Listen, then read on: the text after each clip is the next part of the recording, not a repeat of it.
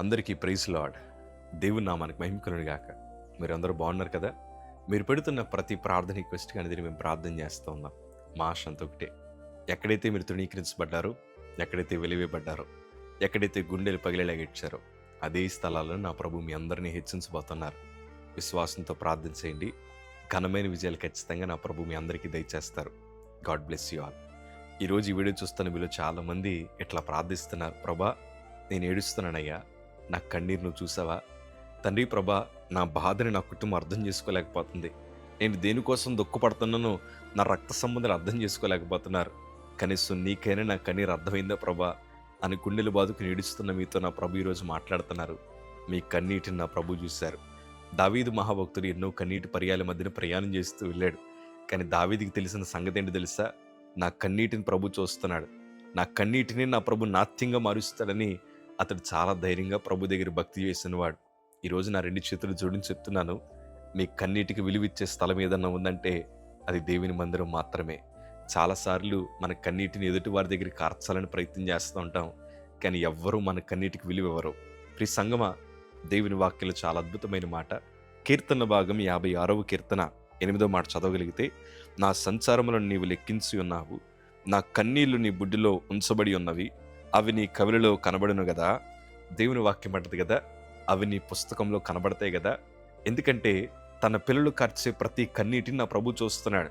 ఈరోజు గుండెల మీద చేతులు వేసుకుని ఒక సేవకుడిగా, ఒక అన్నగా, ఒక తమ్ముడిగా మీతో ఈ మాట పంచుకుంటున్నాను. మీరు కార్చే ప్రతి కన్నీటిని నా ప్రభు చూస్తున్నాడు. కొంతమంది మనల్ని అవమానించినప్పుడు మనం బయటికి నవ్వుతాం, కానీ హృదయం అంతా పగిలిపోయేంత బాధ ఉంటుంది. లోపల మనం ఏడుస్తూ ఉంటాం.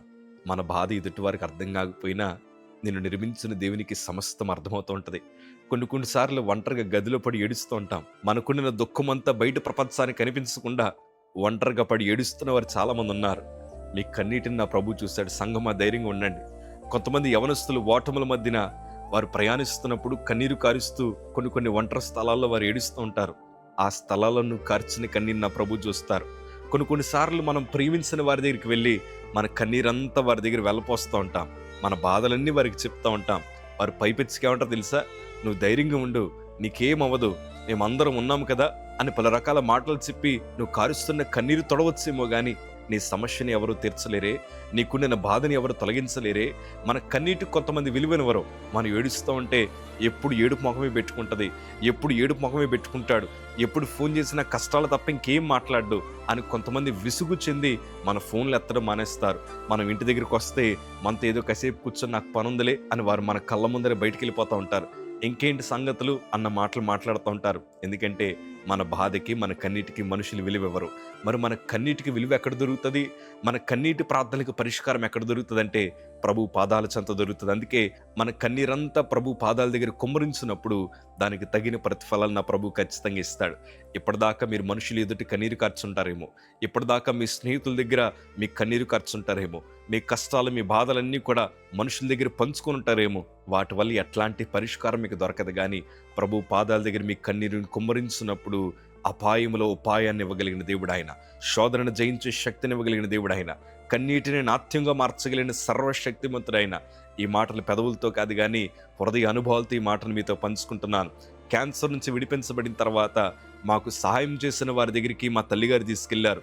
వాస్తవానికి అప్పుడు మా దగ్గర కార్లు ఏమీ లేవు, మొత్తం మాస్కులు వేసి, ఎందుకంటే పొల్యూషన్ తగిలితే నాకు ఇన్ఫెక్షన్ వస్తుంది. అయినా కానీ మా తల్లి మనసు ఏంటంటే సహాయం చేసిన వారికి కృతజ్ఞతలు చెప్పాలి అని చక్కగా మేము ఇంకో కారు కట్టించుకొని ఆ ప్రాంతానికి వెళ్ళాం.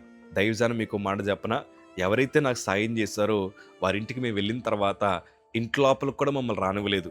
గేటు దగ్గరే కూర్చోబెట్టారు, అక్కడే కుర్చీలు వేశారు. మేము అనుకుంటున్నాం ఇల్లు ఏమన్నా లోపల సర్దుతున్నారేమో, అదంతా అయిన తర్వాత మమ్మల్ని లోపలికి పిలిచి మమ్మల్ని కూర్చోబెట్టి మాకు త్రాగడానికి, తినడానికి ఏమన్నా ఇస్తారేమో అనుకున్నాం. కానీ మొత్తం అంతా ఆ జరిగిన సంభాషణ అంతా బయటే జరిగింది. కాసేపు అయిన తర్వాత వారు ముఖం చూస్తే అర్థమైంది. ఏంటో తెలుసా, మీరు త్వరగా వెళ్ళిపోండి అన్నట్లు వారు మమ్మల్ని చూశారు.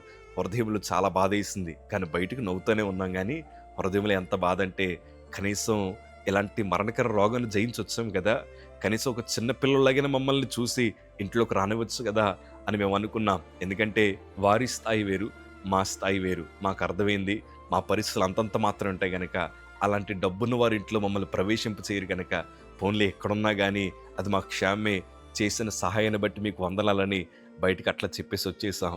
కానీ హృదయంలో బాధ ఏంటో తెలుసా? ఎందుకు మమ్మల్ని అట్లా చూశారు? చాలా బాధపడ్డాం. కానీ అన్ని రోజులు ఒకలా ఉండవు కదా! ఆ రోజు మౌనంగా మా హృదయంలో కార్చిన కన్నీటిని నా ప్రభు చూశాడు. ఎవ్వరు ఎక్కలేనంత ఉన్నతమైన సింహాసనాన్ని ప్రభు మమ్మల్ని ఎక్కిస్తూ వచ్చారు. ఘనమైన పాత్రలుగా మా ప్రాంతంలో వాడబడ్డానికి దేవుడు కృప చూపించాడు.